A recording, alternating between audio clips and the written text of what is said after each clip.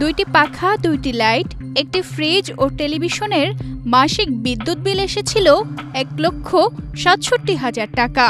September মাসে গ্রাহককে এই বিল দেওয়া হয়। এই গ্রাহকই আগস্ট মাসে পেয়েছিল 1,400 টাকার কিছুটা বেশি বিল।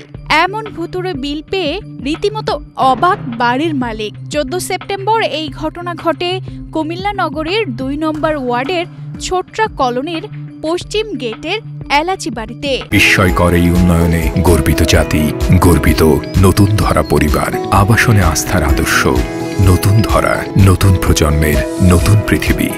এ নিয়ে বাংলাদেশ প্রতিদিনের মাল্টিমিডিয়াতে নিউজ প্রচার হওয়ার পর কর্তৃপক্ষ তা কমিয়ে করেছে 2,600 টাকা।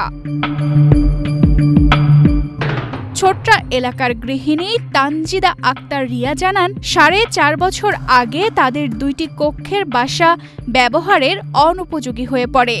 বিষয়টি বিদ্যুৎ উন্নয়ন বোর্ড, কুমিল্লা বিদ্যুৎ বিক্রয় ও বিতরণ বিভাগ 1 শাসনগাছায় জানিয়ে বাড়ির বিদ্যুৎ সংযোগ বিচ্ছিন্নের লিখিত আবেদন করেন।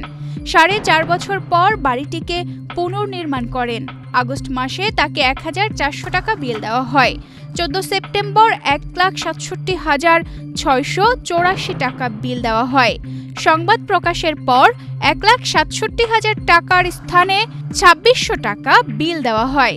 এখন তারা বলছেন ভুলে এমন বিল হয়েছে। আসলে বিগত 4.5 বছর আমার মিটারটা অফিসিয়ালি ভাবে বন্ধ ছিল। তারপরেও একটা বিল আসতে থাকে, আমি এটা দিতে থাকি।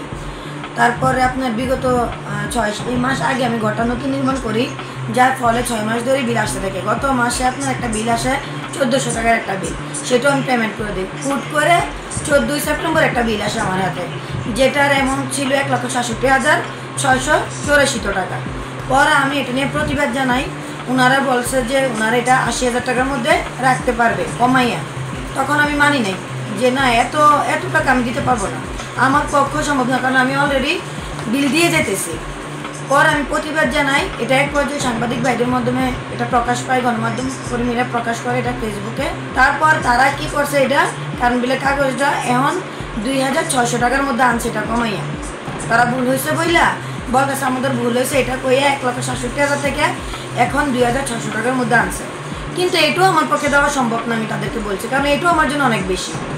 যেহেতু আমি রানিং মাসের বিল দিয়ে দিছি, পেমেন্ট করে ফেলছি অলরেডি, তাহলে আমি তো 2,600 টাকা দেওয়ার প্রশ্ন আসে না। কুমিল্লা বিদ্যুৎ উন্নয়ন বোর্ডে মোট 90,000 গ্রাহক রয়েছে। কিছু ত্রুটি হতে পারে, তদন্ত শেষে প্রয়োজনীয় ব্যবস্থা নেওয়া হবে বলে জানিয়েছে প্রতিষ্ঠানটি। তানজিদা রহমান, ইনায়া, বাংলাদেশ প্রতিদিন।